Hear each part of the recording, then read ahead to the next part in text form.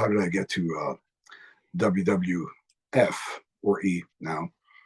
They needed some extras in Canada, so I wanted to give it a shot. And I told Jody Hamilton, I said I'd like to go there and see if something might happen. And he had absolutely no problem. He told me to go right ahead, test the waters, and he said if you ever want to come back, come back. So I went to Canada, and my first night was I wrestled Rick Martel, which was amazing. What a pro! Yeah, it was absolutely amazing, and that's when Ric Flair was there. And I remember Tony Garea asking me, "Do you know anyone?" I said, "I know Ric Flair." He said, "Okay, tomorrow night you work him." And Nice. I wrestled him when he was being managed by the injured Kurt Hennig.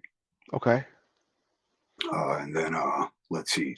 Later on, I worked with the guy. I worked with the Nasty Boys. I worked with Beverly Brothers. I worked with John Nord when he was the Berzerker. Right. I worked with Lex. Lex Luger twice Mhm. on Raw and another TV taping. I worked. Who else did I work with? Oh yeah, Steve Kern as the Skinner. Jacques Rougeau as the Mountie. I worked with the Harlem Knights before they were men on a mission. Mission, right? Got it. And then I got to do some house shows with Terry Taylor. Okay. Yeah, it was. I know there were others. Did you have to take that Beverly Brothers finish? I The one where they throw you in the. There's so many memes out there on the internet because they throw you in the air and the other guy grabs you and drives you head first. Yeah, it drives you. Yeah, no, I didn't. I think they did that to the other guy, but then again, I was ready for it, because I mean, I knew what the finish was. Right. It was their decision who they were gonna put the finish on, and they did it to the other guy because, and again, they'll kind of test you to see, who's a smart ass and who's not, So the smart ass always gets the short end of the stick. And plus the late 80 job guys, Jason, let's be honest. I mean, you look like $1 million. I mean, these guys, they look like they look like job guys. You look like a pro wrestler. So many of them, they did not take care of themselves. Right. I remember there was a group of us that took care of ourselves, including PJ Walker. Sure. Well, he looked great. Tony DeVito was always in shape. Mike Bell, Russ Greenberg. There were a few guys that took good care of this. And of course, Perry Saturn, he was there. That's where him, and we got treated very well. Who were the agents? Who were the agents when you were there? The agents were it was Rene Goulet. Mm-hmm. Yep. And it was Strongbow. Right. Pat Patterson. Okay. Tony Garea. Yeah. Mm-hmm. Lanza, Blackjack Lanza. Yeah. I think, but mainly for the enhancement talent, it was Garea, Goulet, Patterson, Strongbow. I didn't hear much of him. He was around, but I think he hid. Played cards and hid. Collected his paycheck. Why not? And I think George Steele might have been. Sure. Yeah. What were the biggest differences between TV and WWF and WCW? What is WCW? There's a good chance that you might get a comeback. WWF, slim to none. Yeah. Unless they like you, unless you're somebody's boy, and it was different. It was. I felt like WCW was more like you were treated equal. I'm sorry, WCW, you were treated equal. WWF, not so much, And I think the guys were traveling a lot. They were tired, They had to do TV. TV nights are very, very long.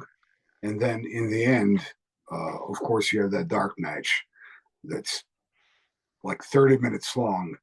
And the main event has to perform. They're tired. They've been traveling. They're constipated. I don't know, you know. Right. So, yeah, you know, it was. I didn't go out of my way to make friends or anything like that. I would, you know, just kind of stayed back. And then, you know, I'll be honest with you. If you come in and if you look good, and if they feel that you're, you know, this, you know, young guy, good looking guy, whatever, you know, there's a good chance that someone might um, pick on you Sure. because of it. You know, uh, instead of instead of being happy, you know, I don't know, you know, my my thoughts are like this.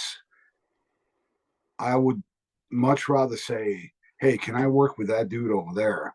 He looks great and he's going to make me look better when I beat him, you know, instead of some sloppy looking guy that sandbags him every Right. time, you know. You're right. You know that's my psychology of the whole thing of putting myself over, you know. And even if you don't look as good as, you know, let's say the rubber or whatever that, you know, that term, you know, that enhancement guy, that wrestler, uh, at the end of the night you're still being paid. You're still the superstar, and someone is there to enhance your match. So treat him with respect, you know. Yeah. And again, you know, try to look for the best out there that can make you look as best as possible, you know. Right. Uh, because I mean, you know, any 6 foot tenor can beat up a 5'8" uh, kid, you know, with love handles and a singlet. Right. That's a given. Right. So, you know, that's what I felt like you weren't getting anything. You know, you were there, you were a rag doll, you know, you're getting paid, and you know, that's why I knew I wouldn't be doing it for very long if it would continue that way, because you're not going to it, you're not going to make a career out of yourself, you know, a career out of it. And I know a lot of the guys that, you know, they stuck. Well, I stick with it, you know, because the more jobs I do, the more I work, my day will come and everything. And again, a lot of these guys, you know, they they have nothing marketable Right. that can be exploited in the future. In other words, you know, they're not going to be selling any merchandise or anything like that. You want to come back, you want to be paid to get squashed. Hey, you're welcome. That's basically how I looked at it, you know. And then, of course, later on, ECW came along, and you know that changed a little What you said though, the difference is exactly when someone asks me the differences. I always say WWF, there was such a pecking order. There was the contract guys, and then there was the enhancement guys. bit. WCW just felt like it was a room full of wrestlers. Yeah, yeah, yeah, yeah. A lot of, I mean, you had a lot of the great old school guys that started at the bottom. Like, you know, I met guys like Tracy Smothers over there. You know, that was a part of the team, the Southern Boys. And they were very, very popular. They could work, and they were just as popular as the Horsemen. You know, just baby faces, but they treated everybody really well. You know, and they were uh, they were very likable. You know, versus some of the other guys. You know that they truly lived their character.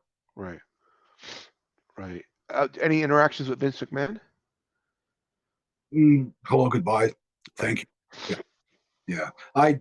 I stayed away from I stayed away from trying to be buddy buddy with agents and or Vince or anyone.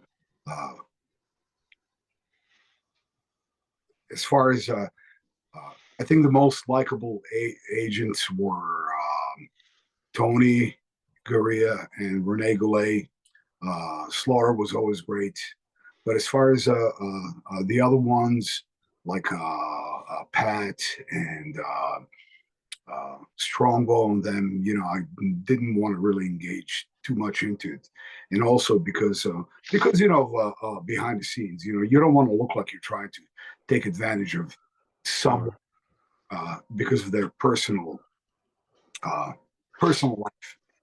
You don't Right. want one of the whole look, he's trying to get in with Pat, so that he can, that type of a thing. I was always very aware of it, I was fully aware of it, and I never wanted to be one of the guys that is obviously trying to take advantage of something like that. And as far as Vince, uh, you can tell him whatever you want, and he will always politely listen, for 5 or 10 seconds because he has no time to.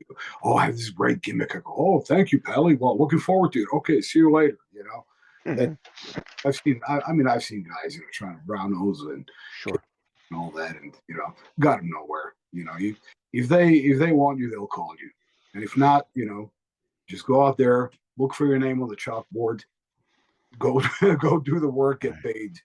Uh, Right. and that's it. Talk to me about your wrestling school coming up. Wrestling school coming up in Vineland, New Jersey. You know where Vineland is? Sure. We have a very nice facility, and it's right next to a martial arts training center. Um, and it's right off the main strip. What is the name of the It's actually Landis Ave. Landis Avenue? Yeah, wonderful facility, and of course we're gonna have our ring there, and we're getting all kinds of uh, lighting, and um, I'm going to have my gym there to do personal training. You'll have all the audio, all the all video, the all the TV audio, tapings. video, again, lights, smoke cannons, uh, the whole 9 yards. We will be doing TV tapings on Saturday nights. Saturday nights, yeah. And then we will be doing birthday parties and weddings. Birthday parties and weddings. Weddings. People have actually called and asked if we were going to be doing in-ring weddings. Yeah. Okay. So, So yeah. Jason, a big thing at wrestling school is the ability to run shows. You're going to be running shows from your actual wrestling school, correct? Yes, we will. Yeah. So guys are going to get on the job training right off the bat, wrestling in front of live people. Yeah, ring time, and it's such a wonderful studio type feel. If people want to learn about the school, if people want to reach you, where can they do that? Well, pretty much. They can reach you by telephone. The school's phone number is 570-618-1234. It can also be found on www.impactcentralprowrestlingdojo.com.